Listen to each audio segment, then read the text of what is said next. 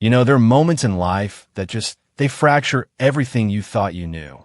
One minute, you're sitting down at dinner. The next, your daughter-in-law is screaming at you, telling you to either give up your room to her parents or pack your bags and leave. And the wild thing? I wasn't even upset. Not yet. The silence that night was deafening. I felt it the moment I walked through the door on Oak Street, that cold February evening. It wasn't the comfortable quiet of an empty house, but the heavy, deliberate kind, where people choose not to speak. Gertrude, my daughter-in-law, had her back to me, moving through the kitchen with this exaggerated focus, arranging plates and silverware for six, like she was performing on a stage. "Evening, Gertrude," I said, hanging my coat by the door. She flinched, her shoulders tightening, but she didn't turn around. My son, Dwayne, was already at the dining table, staring at an invisible spot on his empty plate. When I pulled out the chair across from him, he managed a weak, almost apologetic half-smile before dropping his gaze again. "Hey, Dad," he mumbled, his voice barely a whisper. Gertrude swept past me, carrying a serving bowl, close enough that I could smell her perfume, but far enough to make the distance intentional. She slammed the bowl down with a little too much force. "Dinner's almost ready," she announced, not to me, but to the room itself. I'd lived in that small first-floor bedroom for 3 years, navigating Gertrude's moods, learning when to speak and when silence was safer. But tonight, the air felt different. It was charged, heavy with unspoken things. Then the doorbell rang. Gertrude's face transformed. That tight, angry line of her mouth curved into a sickeningly bright smile as she rushed to answer it. I heard cheerful, loud voices from the entryway. "We made it," a man boomed. "Such a lovely home you all have here," a syrupy woman's voice cooed. And then Clarence and Dorothy Webster, Gertrude's parents, appeared in the dining room doorway, pulling wheeled suitcases behind them. I hadn't even known they were coming. Clarence, a broad man with thinning hair, exuded an air of confident entitlement. Dorothy matched him in volume, if not size, her arms already outstretched for an embrace with Gertrude. "Hope you don't mind us dropping in," Clarence said, clapping his hands together. Gertrude said it wouldn't be a problem for a couple weeks. A couple weeks? I glanced at Dwayne. He was practically dissecting the pattern on his plate, as if it held the answers to questions he couldn't ask. "Of course not, Daddy," Gertrude chirped, kissing her parents' cheeks. "We're so happy to have you." Dorothy settled into a chair, smoothing her dress. The Hendersons' guest room was just impossible. "That mattress," Clarence, remember? "Terrible." Clarence agreed, taking the seat at the head of the table, the seat Dwayne usually occupied. Dwayne didn't protest. "We told them we'd find other arrangements," Dorothy added. "Other arrangements." I watched Gertrude serve her parents first, then Dwayne, then herself. My plate remained empty. "Irving, pass the potatoes," she said, without even looking at me. "When you're done." I hadn't taken any. The bowl was right in front of her. We ate in fractured conversation. Clarence dominated, droning on about his bridge club and a homeowners association dispute. Dorothy punctuated his stories with effusive affirmations. Gertrude laughed at all the right moments, asked follow-up questions, playing the role of the attentive daughter to perfection. Dwayne and I were mere spectators. I finished my food, though I couldn't tell you what it tasted like. The tension was a vice around my chest, making swallowing difficult. Suddenly, Gertrude's chair scraped across the floor as she stood. She crossed her arms, turning to face me directly for the first time all evening. "Irving, my parents need a proper bedroom," she announced, her voice sharp. "An ultimatum, not a request. That room on the first floor is perfect for them." "The room on the first floor." "My room." "Gertrude, that's where I live," I said, my voice level calm. "Where would I? Either give my parents your room or pack your things." The words cut through the last vestiges of dinner conversation. Clarence shifted in his chair. Dorothy looked at her daughter with something like pride. Dwayne's fork stopped halfway to his mouth. "Son." I turned to him. Dwayne set his fork down with careful precision, his eyes meeting mine for a fleeting second before sliding away. "Maybe we can figure something out," he muttered. "We already figured out." Gertrude's voice rose. "My parents need that room. It has its own bathroom. It's on the first floor." Mother's knees, Irving. She can't be climbing stairs all day. There's a guest room upstairs, I offered, with a bathroom down the hall. Gertrude slammed her palm on the table. Silverware jumped. My parents are not going to shuffle through the hallway in their night clothes. They deserve better than that. I looked at Dwayne again, my son, whom I'd raised, helped in ways Gertrude didn't even know about. He was studying his hands now, turning them over as if discovering them for the first time. Dwayne, I said his name quietly. He opened his mouth, then closed it, swallowed. Gertrude filled the silence. This is my house, too, Irving. Actually, it's more mine than. She stopped herself, but the implication hung heavy in the air. I stood. The scrape of my chair was the loudest sound in the sudden quiet that followed. I see, I said. Excuse me. My legs carried me, steady and sure, down the hallway to my room. Behind me, I heard Gertrude's voice ring out with unmistakable triumph. Finally, some cooperation. I closed the door behind me and stood in the center of that small space. It held my life in miniature, a bed, a dresser, a reading chair by the window, books on the nightstand, a framed photograph of my late wife, Maria, on the dresser. Gone 5 years now. I opened the closet and pulled down my suitcase. The leather was worn soft from years of business travel, from a life where I had my own home, my own space, my own undeniable identity. I laid the suitcase on the bed and began to pack. Not frantically, not with anger or hurt clouding my movements. Each item folded with precise care. Shirts, pants, socks rolled into neat pairs. My toiletries organized. Through the door, I could hear them. The Webster's voices carried down the hall, cheerful and oblivious. This room will be perfect, Clarence. Dorothy's voice was clear. Much better than that awful guest room at the Hendersons. Gertie always takes care of us, Clarence replied. I paused, a sweater in my hands. Something cold and clear settled in my chest. It wasn't anger. Anger burns hot and fast, consumes itself. This was different.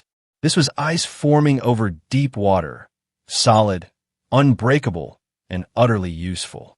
I continued packing. The suitcase clicked shut. I sat on the edge of the bed, my hands still resting on the handle. Sounds of celebration filtered through the door. Laughter, footsteps, the drag of furniture being mentally rearranged. My room, already theirs. I don't know how long I sat there. Long enough for the light outside to deepen from gray to charcoal.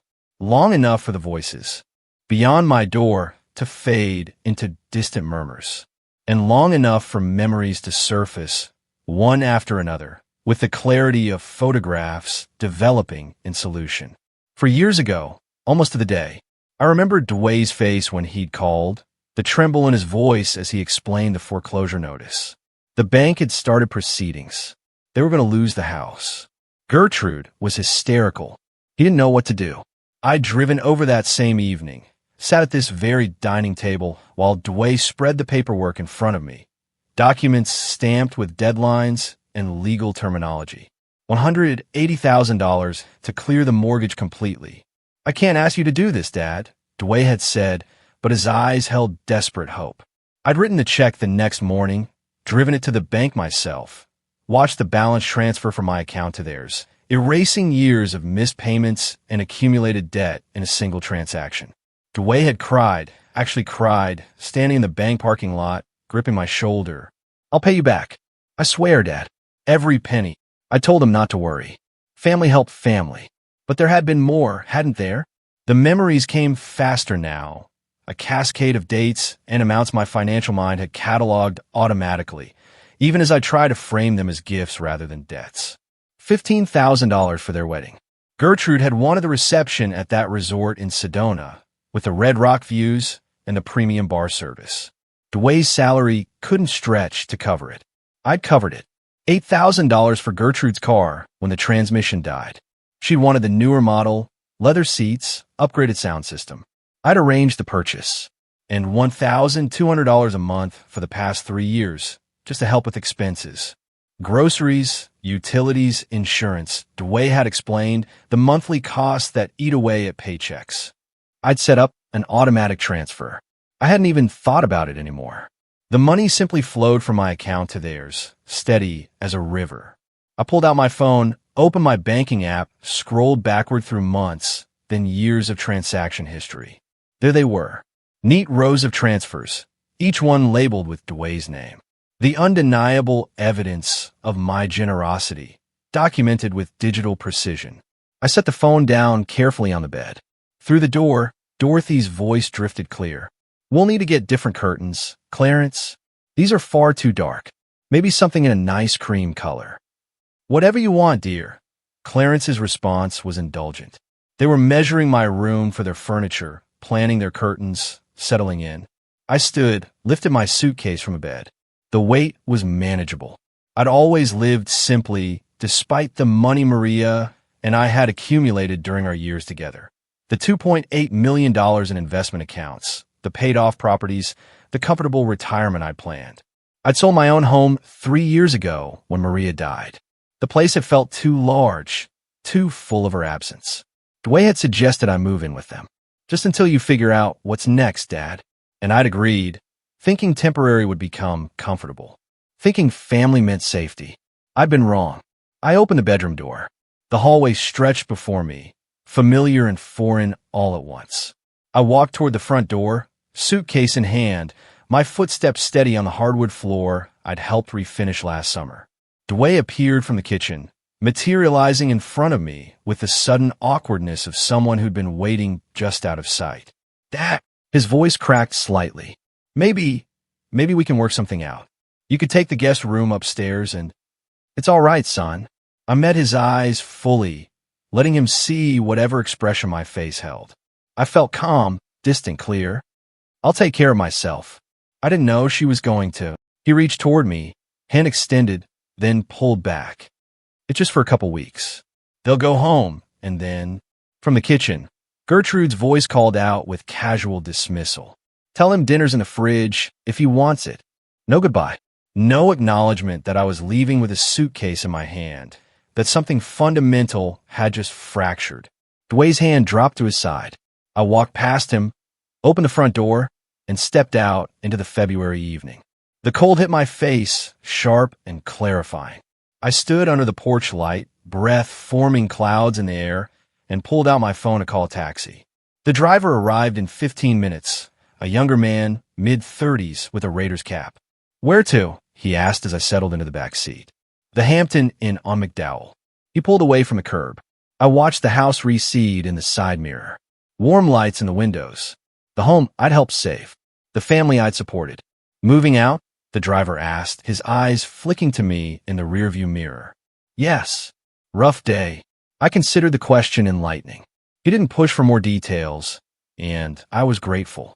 We drove in silence through streets I knew well. Past the park where I'd pushed away on swings 30 years ago, past the corner store where Maria and I used to buy Sunday papers.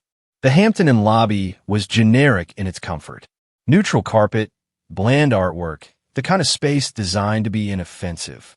I checked in quickly, took the key card, and rode the elevator to the 3rd floor. The room was clean and impersonal. A standard hotel setup, a bed with a green comforter, a desk, a television, a bathroom with miniature toiletries. I set my suitcase on the luggage rack and sat on the edge of the bed. The mirror across from me reflected my image, a 67-year-old man in slacks and a button-down shirt, still composed, still upright. I looked the same as I had this morning, but something had shifted beneath the surface. I thought about Dway's face as I'd walked past him. The guilt there, yes, but also the relief.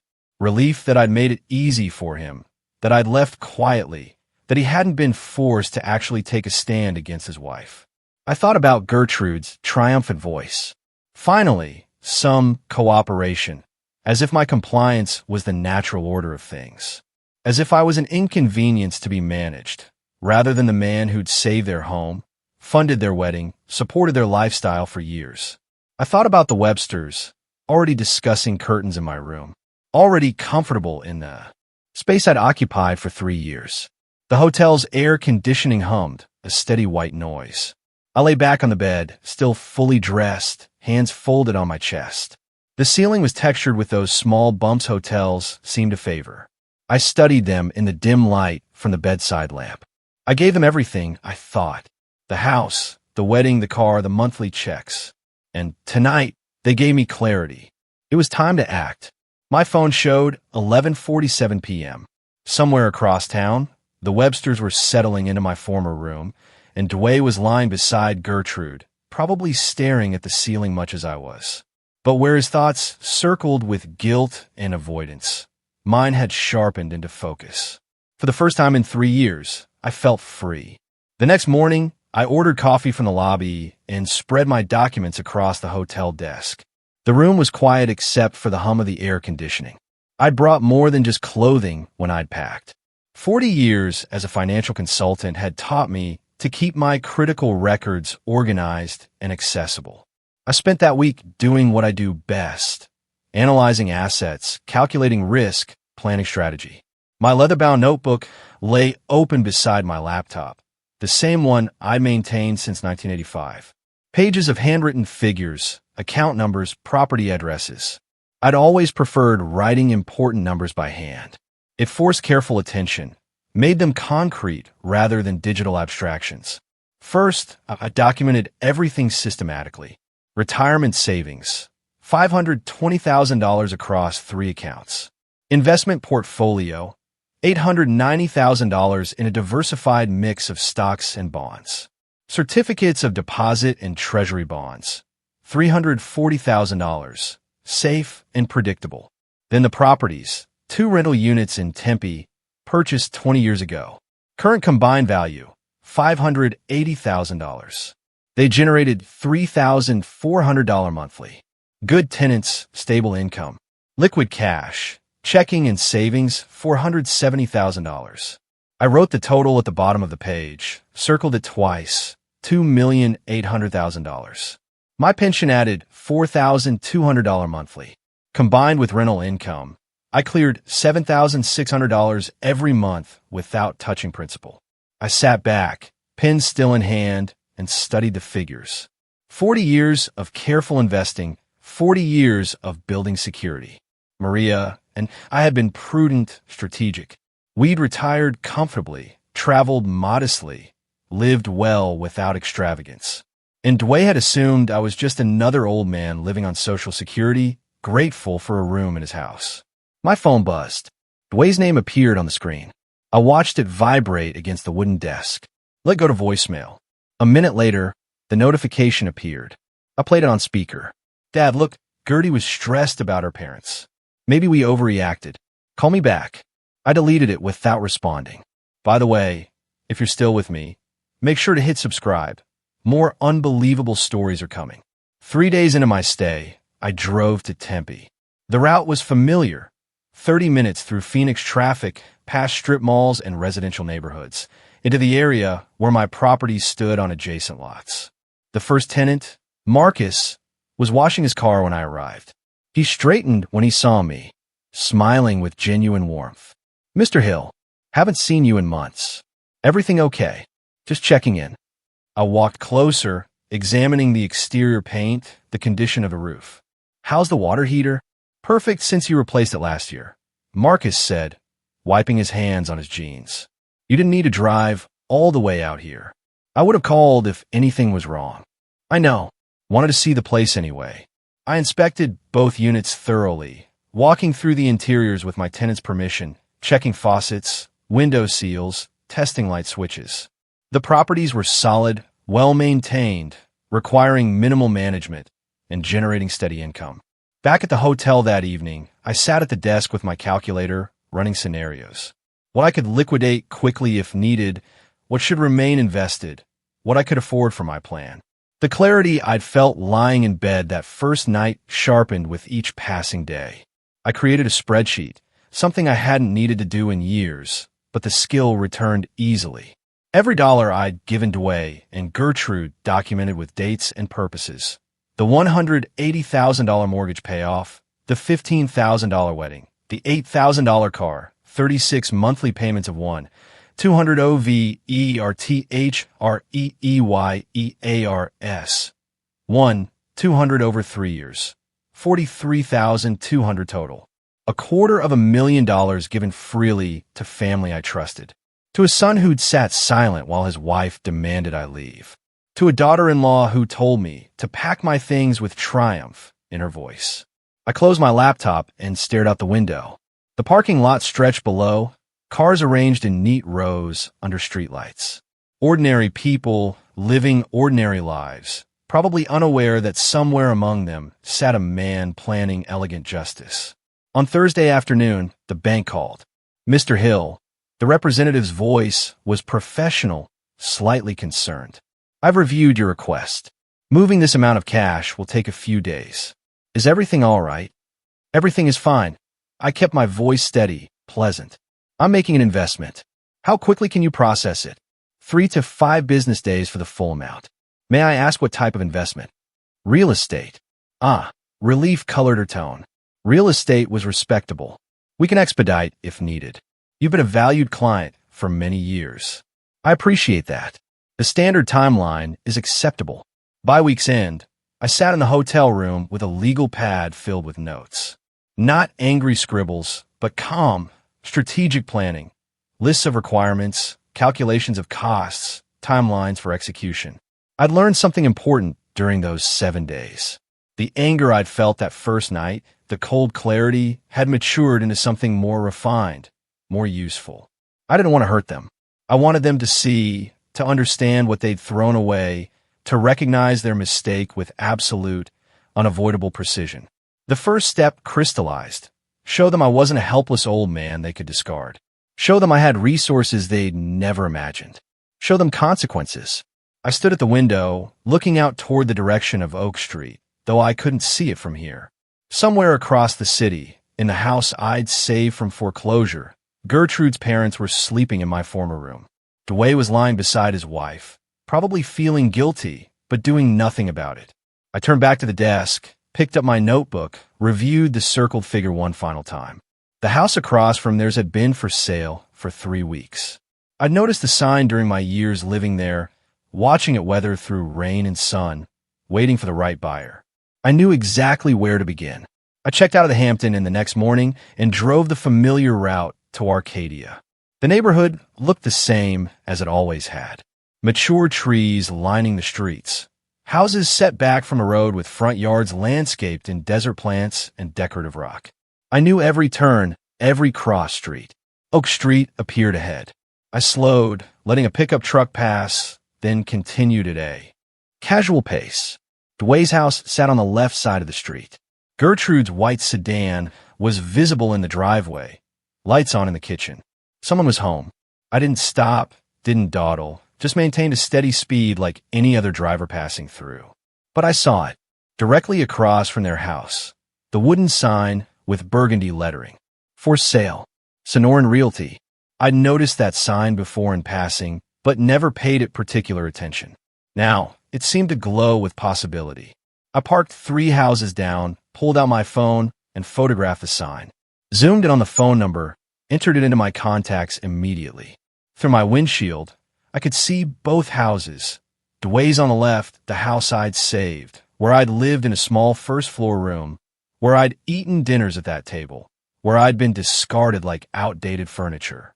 The house across the street on the right. Larger, 2 stories, 1960s construction with a broad front porch and mature landscaping that needed trimming. Paint fading slightly on the window frames. Structurally solid, but cosmetically neglected. The distance between them? Maybe 30 yards. I dialed the number. Sonoran Realty. How may I help you? A woman's voice, pleasant and professional. I'm interested in the property on Oak Street. Is it still available? Yes, sir. Let me connect you with Margaret Collins, the listing agent. A brief pause, then a different voice. This is Margaret. Ms. Collins, my name is Irving Hill. I'm interested in viewing the Oak Street property. Is it still on the market? It is. She sounded genuinely pleased. Are you available this afternoon? I can meet you there at 2. 2 works perfectly. I spent the intervening hours at a coffee shop, reviewing property records on my phone. The house was listed at $685,000. 4 bedrooms, 3 bathrooms, 2,400 square feet, built in 1967, owned by the Carlsons, who were relocating to California. At 1:45 p.m., I drove back to Oak Street and parked in front of the house. A silver Lexus pulled up behind me exactly at 2. A woman emerged, early 50s, professional attire, confident stride. "Mr. Hill," she extended her hand. "I'm Margaret. Thanks for coming on short notice." Her handshake was firm. She carried a leather folder and keys, moving with the efficiency of someone who'd done this hundreds of times. "I appreciate your flexibility." I gestured toward the house. "I'm looking for something specific. Let's see if this fits." She unlocked the front door and stepped aside to let me enter first. The interior smelled faintly of vacancy, that particular scent of a house waiting between occupants. Hardwood floors in the entryway, slightly scuffed but salvageable. Living room to the left with a brick fireplace. Dining room to the right. "The owners maintained it well," Margaret said, walking ahead of me. "They raised 3 children here. It needs cosmetic updates, but the bones are excellent." I followed her through the layout. Kitchen with original cabinets. Outdated but functional. A family room overlooking the backyard. Upstairs, bedrooms with adequate closet space. Bathrooms with tile that screamed 1980s renovation. Then she showed me the front room. This was a sitting room for the previous owners. Margaret opened the door, revealing a space roughly 15 by 12 feet. Built-in bookshelves along one wall, hardwood floor, and along the front wall, a panoramic window stretching nearly the full width of the room. I walked directly to that window. Through the glass, I had an unobstructed view of Dwayne and Gertrude's house. The living room window, clearly visible, the kitchen beyond it, even the hallway leading to the first-floor bedroom, my former bedroom. I stood there, hands in my pockets, and felt something click into place. The final piece. The perfect irony. "Wonderful natural light," Margaret said behind me. "The view is interesting." I kept my voice carefully casual. "What's the distance between houses here?" "About 30 yards. It's a friendly neighborhood. People know each other." I turned to examine the built-in bookshelves, running my hand along the wood. "These are original to the house from 1967. "Yes, solid construction." I walked to the other side of the room, mentally measuring where I'd place a desk directly in front of that window. Facing it, positioned so anyone sitting there would look straight across at Dwayne's house. "The owners are motivated to sell quickly?" I asked. Margaret's professional demeanor sharpened slightly, the tone of someone recognizing a serious buyer. "They're relocating for work. They prefer a fast close." "I could do a cash offer." I met her eyes directly. "How fast could we close?" Her eyebrows rose just fractionally before she controlled the expression. "With cash, 2 weeks, possibly 10 days if inspections go smoothly." "And the asking price?" $685, but the Carlsons are reasonable people. They want to move forward, not chase another 20,000. I nodded slowly, as if considering, though I'd already decided. "I'll need to think about the offer amount, but the location works for me." We walked through the rest of the house. I made appropriate observations about plumbing and electrical, asked about the roof age, examined the garage, professional questions from someone who knew what to look for. Back in the front room, I paused at the window again. Margaret gave me space, standing in the doorway, letting me have the moment. Through the window, a figure moved in Dwayne's kitchen. Gertrude, carrying something from the refrigerator to the counter. She was laughing, head thrown back, talking to someone out of view. "Do you have family in the area, Mr. Hill?" Margaret asked quietly. I turned to face her. "My son lives nearby." That's part of the appeal. Something flickered across her expression. She'd heard something in my tone, some edge I hadn't quite controlled, but she was too professional to press. "It's a good neighborhood for family," she said simply. We walked back through the house, toward the front door. Margaret handed me her business card along with a detailed information sheet about the property. "Think it over," she said. "Call me with questions anytime." I stood on the porch after she'd driven away, looking back at the house, then across the street at Dwayne's house. The distance was perfect. The angle was perfect. The symbolism was perfect. I walked back to my car, started the engine, but didn't drive away immediately. Instead, I sat there, hands on the steering wheel, looking at both houses. The one where I'd been discarded. The one where I would establish my new position. My phone buzzed. Another text from Dwayne. "Dad, Please call me. I silenced the notification and drove away from Oak Street, already planning my next call to Margaret Collins. Margaret, I said, I'll take it. Let's write an offer. She studied my face for a moment, perhaps looking for hesitation she wouldn't find. What number did you have in mind? 650 cash, 10-day close. Her eyebrows rose. That's $35,000 below asking. And it's cash with minimal contingencies. The Carlsons want to move forward. So do I. We met at her office the next morning. The space was professional. Glass desk, abstract art on cream walls, the faint scent of vanilla from a diffuser. Margaret spread the purchase agreement across the desk, walking me through each section with practiced efficiency. I signed where she indicated, my hands steady on the pen. When I wrote the check for earnest money, $50,000, Margaret watched without comment, but I saw her register the ease of it. No hesitation, no phone call to verify funds, just a number written in my careful script. I'll submit this immediately, she said. Given their timeline, I expect to hear back quickly. She called 3 hours later. I was reviewing investment statements in my hotel room when my phone rang. Mr. Hill. Her voice carried genuine excitement. They accepted. Full price, 10-day close. I've rarely seen sellers this motivated. Excellent. I set down my pen. Send me the paperwork. I'll have my bank ready. I'll email everything within the hour. The process moved faster than even Margaret expected. The home inspection happened 2 days later. A thorough man in his 50s walked through with a clipboard and thermal camera, documenting minor issues typical of a house built in 1967. Foundation solid, he said, making notes in the kitchen. Some cosmetic issues. Typical wear. You planning to flip this? No, I'm planning to stay. I followed him to the front room. How's the window integrity in that office? He examined the panoramic window, running his hand along the frame. These windows? They're the newest thing in the house. Replaced maybe 5 years ago. Double pane, energy efficient, excellent condition. I nodded, satisfied. The view would remain unobstructed. While escrow processed, I hired a renovation crew. The foreman met me at the property on a Tuesday afternoon. A stocky man named Carlos with 20 years of experience and a reputation for quality work delivered quickly. You want all this done in 5 days. He reviewed my list. Fresh paint throughout. Floors refinished. Updated light fixtures. New bathroom hardware. I'm paying premium rates for speed. Can you do it? Carlos calculated in his head, lips moving slightly. We'll need 2 crews. It'll cost extra. That's fine. The office room is priority. I led him to the front room, gestured toward the window. Charcoal gray walls here. Professional, not residential. I want built-in bookshelves refinished. And I need furniture, an oak desk, a leather chair, proper lighting. You want it to look like an executive office? Exactly that. He quoted $28,000 for the complete job. I agreed without negotiating. For the next week, I visited the house daily, watching the crews transform dated interiors into clean, modern spaces. Neutral tones in the bedrooms and living areas. Hardwood floors stripped and re-stained to a rich honey color.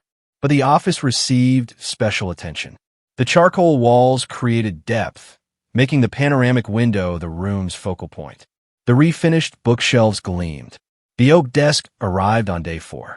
Solid construction, traditional design, large enough to work comfortably. Carlos's crew positioned it where I directed. 3 feet from the window, I said. Angle it slightly left. Perfect. March 25th arrived with clear skies and mild temperatures.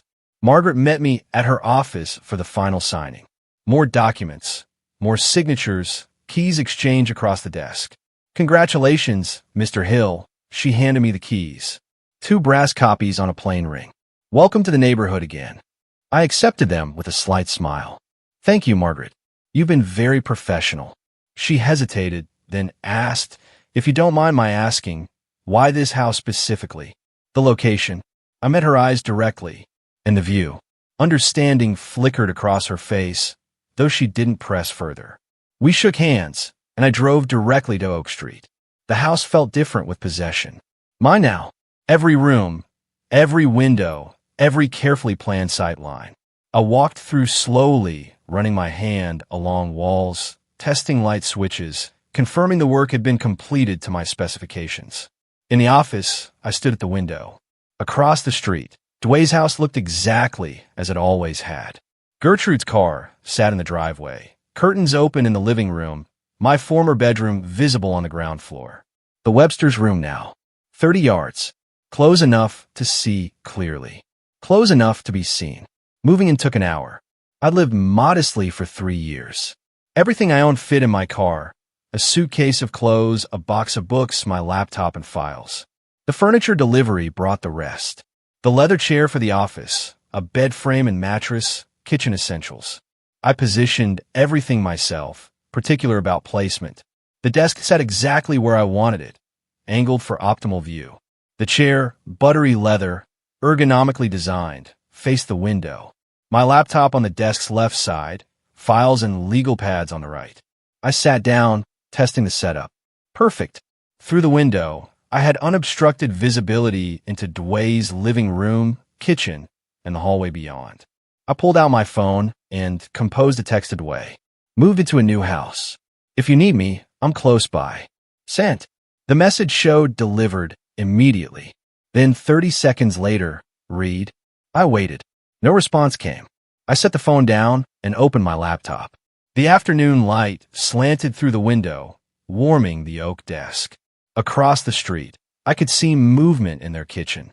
Someone passing through, though I couldn't make out who. I opened a manila folder, began reviewing documents I'd organized during my hotel stay. Financial records, property deeds, loan documentation, a timeline I'd constructed of every dollar transferred to Dway and Gertrude over the years. Phase 1 complete. The house was purchased, the position established, the stage set. Now they would see. I looked up from my documents, glanced across the street again. The kitchen light had turned on. Evening approaching. Someone was preparing dinner. Life continuing normally in the house I'd saved, among the family who discarded me. I returned to my files, pen in hand, making notes in the margins. Strategic planning, methodical and precise. The work I'd spent 40 years perfecting now applied to a different kind of investment, one with a very specific return. The next morning, I made coffee in my new kitchen and carried the cup to my office. Sunrise filled the room with pale gold light. I sat at the desk, opened my laptop, and began working through emails. Across the street, the house remained dark. Early still, not yet 7:30. I reviewed investment portfolios, replied to a former colleague about consulting work, organized files on my desktop. At 8:01, lights came on in their living room. I continued working, attention on my screen, but peripherally aware of movement across the street. Someone approaching their window. A figure in a bathrobe carrying something. Gertrude. Coffee cup raised halfway to her lips. She froze. I watched her recognize me. Saw the exact moment comprehension struck. The coffee cup stopped moving. Her body went rigid, shoulders pulling back. She stared directly at me, through both windows across. 30 yards of morning air. I put down my pen, made deliberate eye contact, and raised my hand in a slow, measured wave. Friendly, calm, absolutely in control. Gertrude jerked backward. Coffee sloshed from her cup. I could see the dark liquid arc through the air, splatter across her robe and the floor. Her mouth opened. She turned from the window, disappeared from view. Seconds later, Dway appeared, still in pajamas, hair disheveled. Gertrude pulled him to the window, pointing across the street. I could see her speaking rapidly, gesturing. Dway stared. His face registered confusion, then recognition, then something more complex. Uncertainty mixed with what might have been guilt. I waved again. Same measured gesture. Dway raised his hand automatically, an awkward half-wave, before Gertrude slapped his arm down. Even from 30 yards, I could see her fury, head shaking, hands moving in sharp, angry gestures. I returned to my laptop. Resumed typing. Let them process. Let them react. My phone rang 15 minutes later. Dway's name on the screen. I rejected the call. Immediately after, a text appeared. Dad, what are you doing? I typed my response. Busy. Talk later. Sent. Through the window, I watched Wei look at his phone, show the screen to Gertrude. Her reaction was visible even from here. Pacing, gesturing wildly, phone clutched in one hand. I sipped my coffee and opened a financial spreadsheet. Throughout the morning, Gertrude returned to the window repeatedly. Each time, I was there, working on my computer, reviewing documents, making notes. Each time she appeared, I acknowledged her with a brief wave or nod before returning to my work. Not hiding, not ashamed, completely present. Around 10, the Websters joined them at the window. Clarence's bulky frame, Dorothy beside him.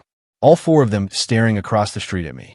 A family conference visible through glass. I finished an email, sent it, and waved at the entire group. Clarence stepped back from the window first, then Dorothy. But Gertrude remained, gripping the curtain, watching. Lunch came and went. I ate a sandwich at my desk. Worked through the afternoon. Occasionally, I'd look up to see Gertrude at her window. Sometimes alone, sometimes with Dwayne hovering behind her. The psychological impact was exactly what I calculated. My presence, constant, calm, inexplicable, created pressure. They couldn't ignore me, couldn't confront me without coming to terms with what my presence meant.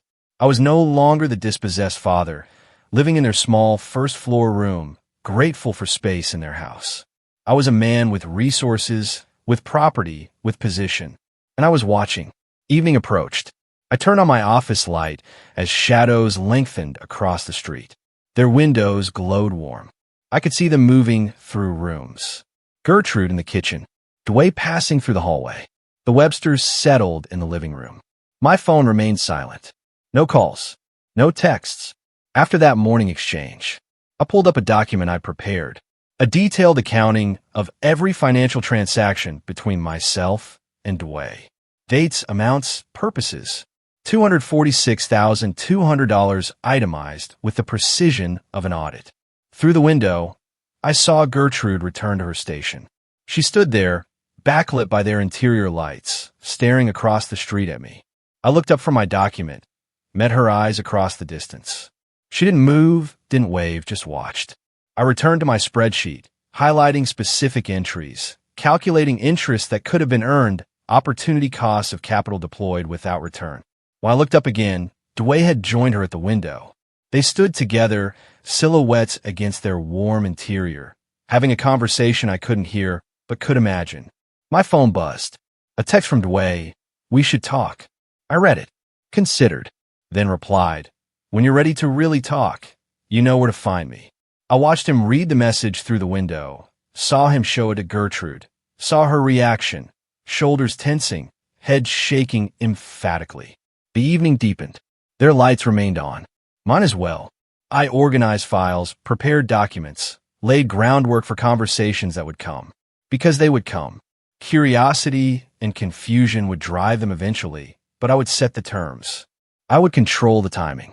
Around 9, I stood and stretched, walked to the window, placed my hand on the frame, looked directly across at their house.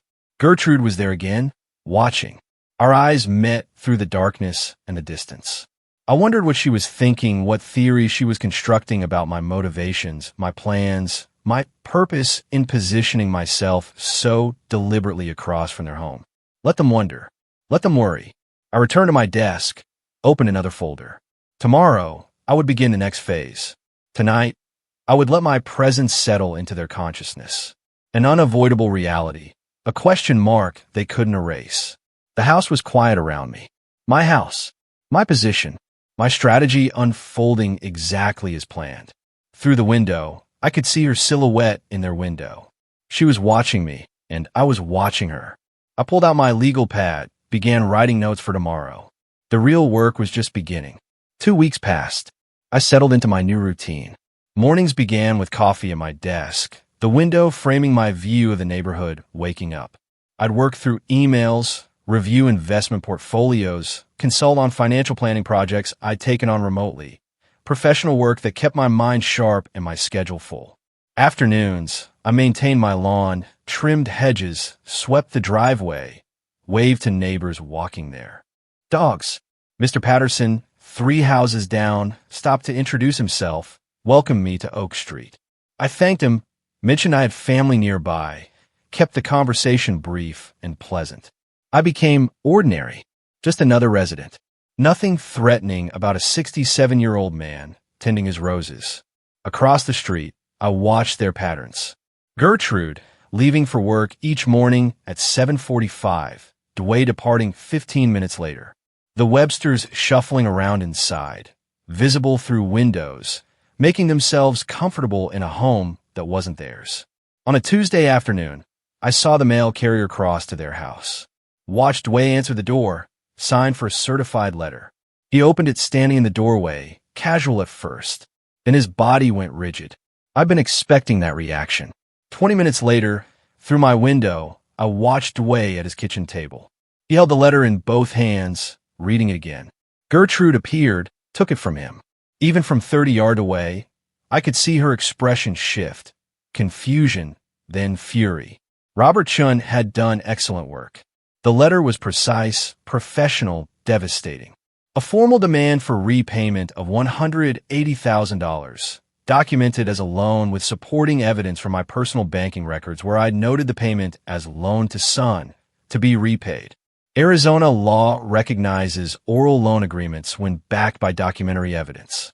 I'd kept meticulous records, emails where Dwayne had mentioned paying you back eventually, my own contemporaneous notes about the transaction, bank memos I'd written to myself for tax purposes.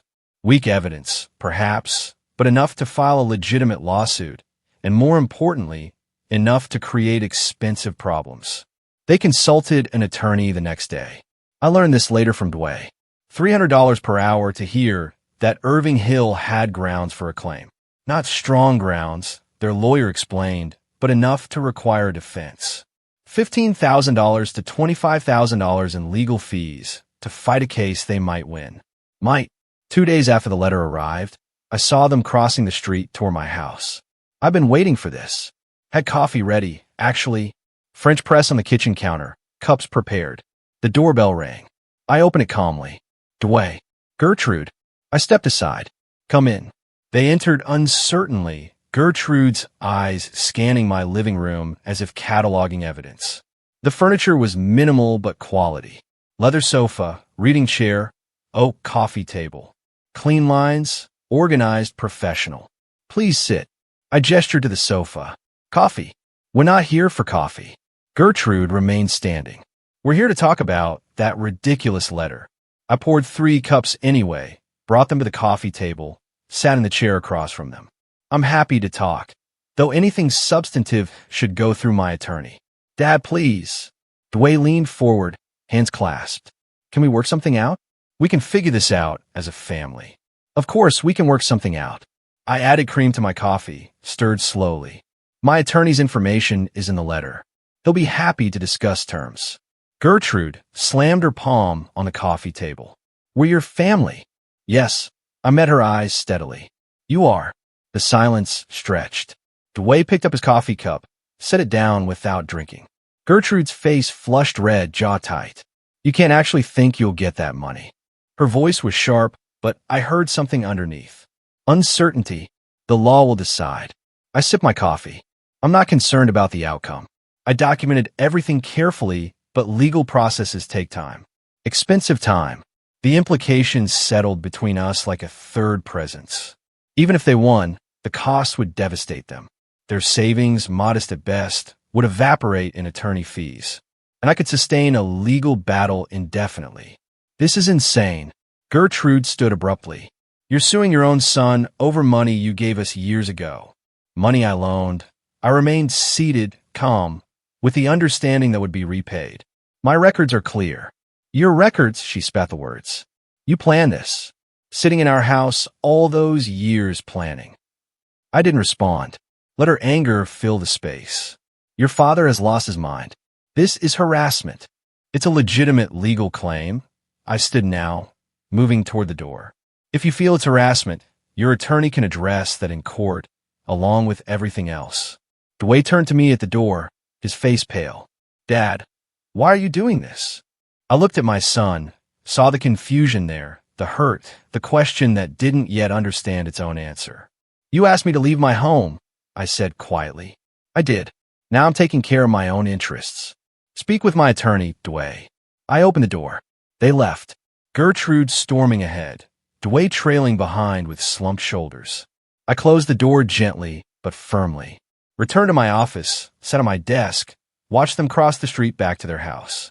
Through the window, I could see Gertrude gesturing sharply. Dway's shoulders hunched further. I opened a file folder on my desk, labeled in my neat handwriting, Phase 2. The legal pressure would build slowly, accumulating like compound interest. But there were other levers to pull, other adjustments to make.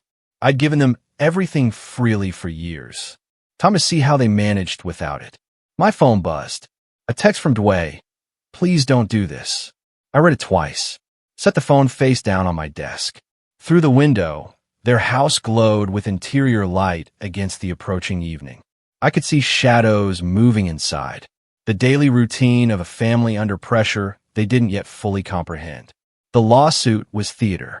Important theater, but theater nonetheless. The real work was subtler, more comprehensive. I pulled up my banking app on my laptop, navigated to scheduled transfers, found a monthly payment to Dway, $1,200, set to process automatically on the first of each month for the past 3 years. My finger hovered over the delete button. $43,200 I'd given them this way. Just to help with expenses, Dway had said. Groceries, utilities, insurance, the small costs that accumulated. They'd stopped thinking of it as help, started treating it as expected. Part of the landscape of their finances, invisible as air. I clicked delete, confirmed the cancellation. The screen refreshed. No scheduled transfers. I closed the laptop and looked across the street again. The lights were on in every room now. The Websters visible in the living room, settled comfortably on the couch. Dway and Gertrude in the kitchen, still talking, arguing from their body language. A family under siege, beginning to feel the walls close in. I picked up my coffee cup, still warm. The evening stretched ahead, quiet and methodical. Tomorrow, they'd start to notice the other changes. The missing support they'd taken for granted. The financial gaps that had been filled invisibly for years. Let them count the costs. Let them do the math. Justice required patience and precision. The 1st of May arrived. I watched my banking app confirm what I already knew. No transfer to Dway's account. The scheduled payment I'd maintained for 36 months simply didn't process. Across the street, I imagined Dway at his kitchen table, surrounded by bills, calculator in hand, trying to make numbers align that suddenly refused to balance. I didn't have to. Imagine for long. 3 days later, early evening, I watched Dway move through his house with visible tension. He spoke to Clarence Webster in the living room. A conversation that looked tentative, careful. Clarence's response was expansive, dismissive. Dorothy joined them, animated, comfortable. The Websters had been staying for 4 months now. Their week or two had stretched into a permanent occupation. 2 additional mouths to feed, utilities climbing, water usage doubled. Gertrude's parents settling into my former room as if they'd purchased shares in the property. What had been inconvenient was becoming impossible. A week later, I saw Gertrude in her driveway, phone pressed to her ear, pacing tight circles. Even from my office window, I could read the anger in her movements. Sharp gestures, rigid posture. She ended the call abruptly, stood for a moment, staring at her phone, then hurled it against the garage door. I learned later, much later, what had happened. A declined credit card at a restaurant. Gertrude had been meeting a colleague for lunch, reached for her wallet to pay, and watched the cashier run her card twice before apologizing quietly. The limit reached. The public humiliation. She'd called Dway in tears that became rage. "Your father has cut us off," she'd screamed. "Did you know he was sending money every month?" Now he stopped. The bills that had always been manageable suddenly weren't. $1,200 monthly, a number that seemed modest in isolation, created a gap they felt immediately. Groceries bought on credit, gas purchases deferred, small luxuries eliminated. And looming over everything, the legal fees. The consultation had cost $900. A retainer would require $15,000. Money they didn't have, money I'd effectively removed from their equation.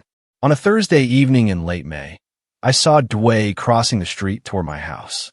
I'd expected this eventually. Had coffee ready, same French press, same careful preparation. The doorbell rang. Dwayne. I opened the door. Come in. He looked exhausted.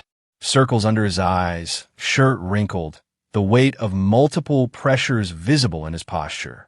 I led him to the living room, gestured to the sofa, poured coffee into the cup I'd set out.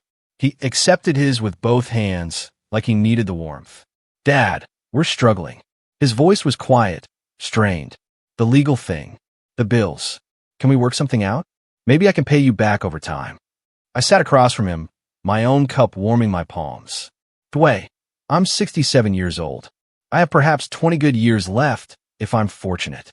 I know, but I spent 40 years building security, saving, investing, planning for retirement for Maria and me. Then just for me, after she passed. I set my cup down carefully. I can't give it away anymore. But we're family. The desperation in his voice was raw, unfiltered. Yes, and families should treat each other with respect. I met his eyes directly. When I needed a place to live, your wife gave me an ultimatum. Pack my things or give up my room. Do you remember? He looked away. I remember. You said nothing. Did nothing. Watched me pack and leave. I'm sorry. His voice cracked slightly. I should have stood up to her. I know that now. Yes, you should have. I leaned back in my chair. Now I'm doing what I should have done years ago. Taking care of myself. Protecting what I built. Making sure I'm secure for whatever time I have left. Please. He set down his coffee, leaned forward with hands clasped. There has to be something we can do, some way to fix this. Talk to my attorney about a repayment plan. Robert Chun has my complete authority to negotiate terms. I kept my voice level, not unkind, but absolutely firm. I can't help you beyond that. You mean you won't? I mean I can't. I stood, moved to the window, looked across at his house, at the life I'd funded, the security I'd provided, the family that had discarded me. I gave you everything freely, Dwayne. The house payment when you were about to lose it. Your wedding. Gertrude's car. Monthly money for years. I never asked for anything back. Never demanded gratitude. I turned to face him. Only asked for respect. For a place in my son's home. And when that became inconvenient, I was disposable. He stood too, hands hanging at his sides. It wasn't like that. It was exactly like that. We stood in my living room, 10 feet apart. The distance between us more than physical. Your wife's parents have been living in your house for 4 months, I said. In the room that was mine. Do you charge them rent?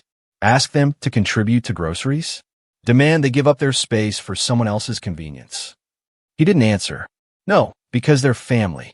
Because family helps family. I walked toward the door, opened it. I was family too, Dwayne. Until I wasn't useful anymore. He moved to the doorway, paused. I don't know how to fix this. Figure out what you value.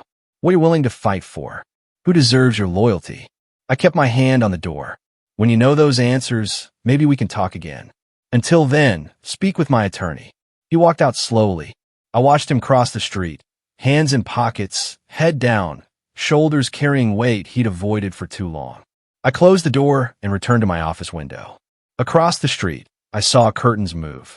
Shadows shifted behind glass. Gertrude meeting him at the door, probably demanding to know what I'd said, whether I'd agreed to help. I sat at my desk, my coffee cup still warm from serving Dwayne.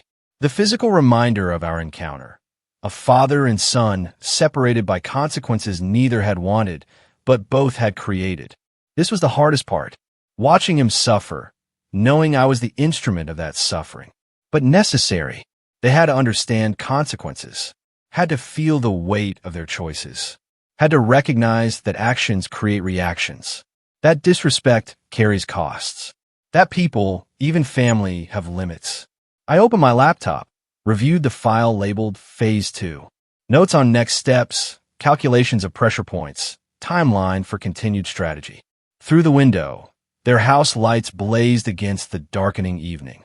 I could see movement inside, figures passing through rooms, the choreography of a family in crisis.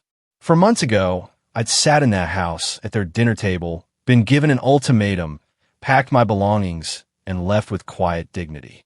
Now I sat in my own house, in a room designed to watch them, executing a plan built on patience and precision, and the recognition that justice sometimes requires inflicting pain. I took a sip of coffee, lukewarm now, but still drinkable. Tomorrow, the pressure would continue. The bills would still come. The legal threat would still loom. The Websters would still occupy space and consume resources. And I would still be here, watching, waiting, ensuring they felt every ounce of what they'd done. Sad justice. That's what this was. Not triumph, not victory, just the necessary correction of an imbalance that had gone unchallenged too long. July brought heat and pressure. I watched both build across the street. The first visible crack appeared on a Thursday morning. I sat at my desk working through emails when I saw Dwayne at his kitchen table, visible through both our windows. He stared at his computer screen for a long moment, then reached for his phone, typed something, set it down, picked it up again. His body language told the story before I knew the details, shoulders hunched, hand running through his hair repeatedly. The posture of someone making a decision that hurt. I learned later he'd canceled their vacation. A week in San Diego they'd planned for mid-July. $6,000 already paid, non-refundable deposits. He'd stared at the cancellation button, breathed deeply, clicked, watched the confirmation email arrive. That evening, I saw Gertrude crying at their kitchen table. Dwayne beside her, not touching her, just sitting in the space between comfort and exhaustion. The car appeared in their driveway 2 days later. Gertrude's sedan, the newer one, the one with leather seats I'd helped them purchase years ago. A handmade for sale sign in the window, asking $18,000, though the car was worth $22,000. Desperation pricing. It sold within 48 hours. I watched the buyer arrive, test drive it, return with cash, watched Gertrude hand over the keys with stiff movements, like someone parting with more than just transportation. She stood in the driveway after the buyer left, staring at the empty space where her car had been. The Websters were still there. 5 months now since that February dinner. Their presence had evolved from inconvenience to crisis. 2 additional people consuming groceries, utilities, space. 2 additional people who contributed nothing but expectation. Mid-July, I watched another scene unfold. Dwayne in the living room with Clarence and Dorothy. His gestures were careful, apologetic. Clarence stood abruptly, body language radiating offense. Dorothy's hand went to her throat. They left the room. Within an hour, they were packing. I watched them load their car the next morning. Suitcases, boxes, the accumulated possessions of 5 months' occupation. Gertrude stood on the porch, arms wrapped around herself, shoulders shaking. Dwayne stood in the doorway, expression unreadable. No hugs, no goodbyes, no promises to visit soon. The Websters drove away without looking back. Gertrude turned on Dwayne the moment they were gone. I couldn't hear the words, but I could see the fury. Pointing, gesturing, her mouth moving rapidly. Dwayne stood there, taking it, until something shifted. His posture straightened. His hands came up, palms out, not defensive but firm. They fought properly then, voices rising loud enough to carry through windows, through walls, across 30 yards to where I sat watching. A lamp fell. I saw the shadow through the curtain. A door slammed. Then silence. Hours passed. Lights came on as evening arrived. I saw them in separate rooms. Dwayne in the kitchen. Gertrude upstairs. The physical distance between them, visible even from my window. The next afternoon, I watched Dwayne leave his house and cross the street toward mine. His walk was slow, deliberate. He lost weight, I noticed. His clothes hung looser. The strain visible in every movement. I opened the door before he knocked. Dad, his voice was rough, tired. Can we talk? I stepped aside. Let him enter. Led him to the living room where we'd sat before. During that other conversation, when he tried to negotiate, to bargain, to find an easy way out. This time felt different. The energy was different. Something fundamental had changed. He sat on the sofa, leaned forward with his elbows on his knees. Hands clasped, looked at the floor for a long moment before speaking. Dad, I'm sorry. The words came quietly, but clearly. I'm so sorry. I shouldn't have let her treat you that way. It wasn't your house. You paid off her debt. You helped us constantly, and we push you out like you were nothing. I waited. Let him continue. I've been weak. He looked up at me then, eyes red-rimmed, but direct. I let her control everything. I was afraid of conflict, so I sacrificed you instead. That was wrong. Yes, I said simply. It was. Can we fix this? Hope and desperation mixed in his voice. Is there a way to fix this? I sat back in my chair, studied my son, saw genuine repentance in his face. Not manipulation, not strategy, just honesty arrived at through pain. Perhaps, I said, but on different terms. He nodded immediately. Whatever you need, tell me. I'll drop the lawsuit. I began, watched relief flood his expression. But the financial help ends permanently. No more monthly transfers, no more emergency funds, no more safety net. Okay. He didn't hesitate. You're 38 years old, Dwayne. You have a good salary. You're capable. You and Gertrude can build your life without my money propping it up. We will. His voice was firm. We have to. I see that now. There's one more condition. I leaned forward. Gertrude needs to apologize. Not to you. To me. Face to face for how she treated me. His jaw tightened. I'll talk to her. I'm not interested in a coerced apology. That means nothing. But she needs to acknowledge what happened. That's not negotiable. He sat silent for a moment, processing, then nodded slowly. She's hurting right now. We both are. But you're right. She needs to say it. When she's ready to do that, genuinely ready, we can move forward. Until then, everything stays as it is. Dwayne stood, extended his hand. I shook it. His grip was firm, steady despite everything. Thank you for not giving up on me, he said. I never did. I just stopped letting you take me for granted. He walked to the door, paused with his hand on the frame. Dad, I'm going to make this right. However long it takes. I hope you do, son. I closed the door after he left, returned to my office window, watched him cross back to his house, shoulders straighter than when he'd arrived. He entered, and through the window, I saw Gertrude appear. They stood facing each other in the kitchen. She shook her head, turned away. He followed, said something that made her stop. They were still talking when darkness fell and their curtains closed. I sat at my desk, hand resting on my coffee cup. The conversation had been necessary. The terms were clear.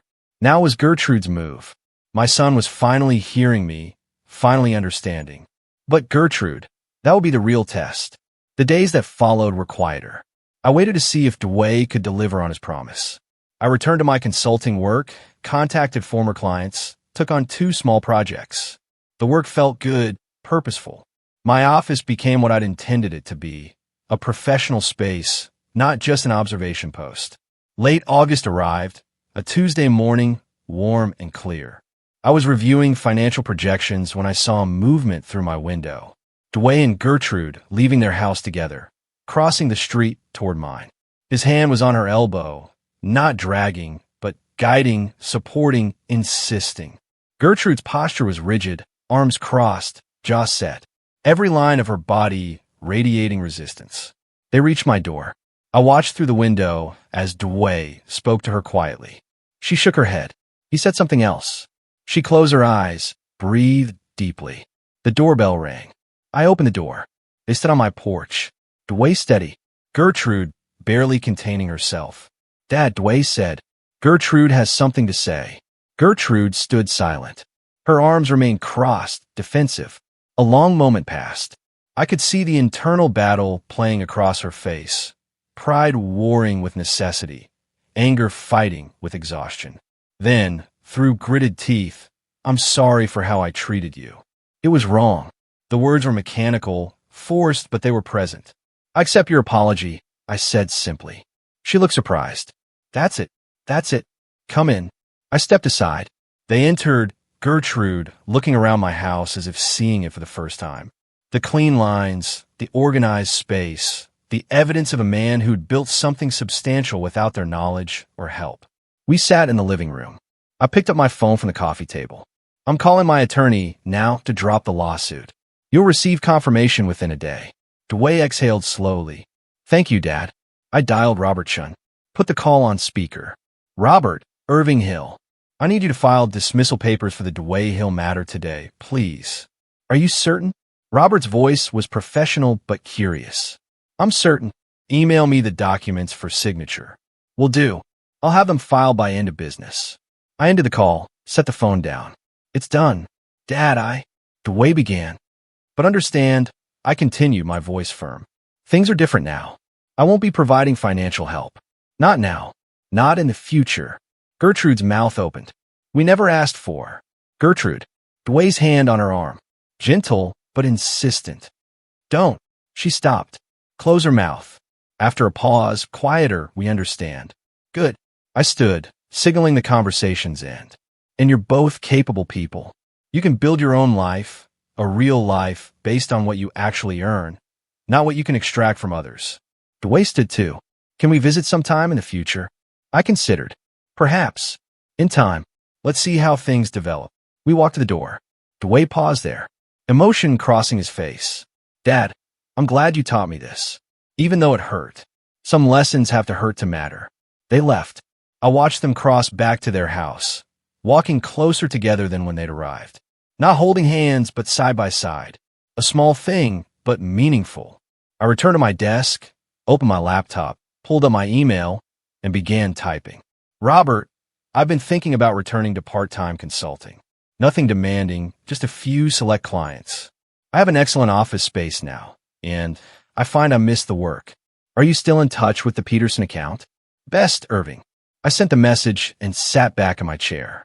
Through the window, their house looked peaceful.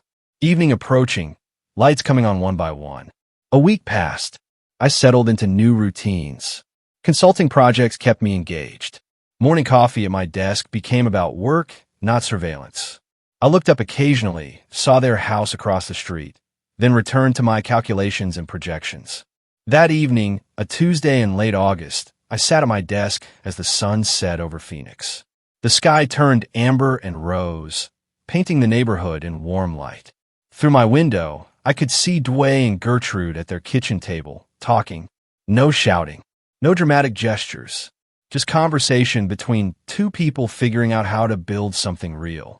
They looked smaller without my money propping them up, more vulnerable, more human. But they were still there, still together, still trying. I'd given them $250,000 over the years, given it freely, without demanding recognition or respect.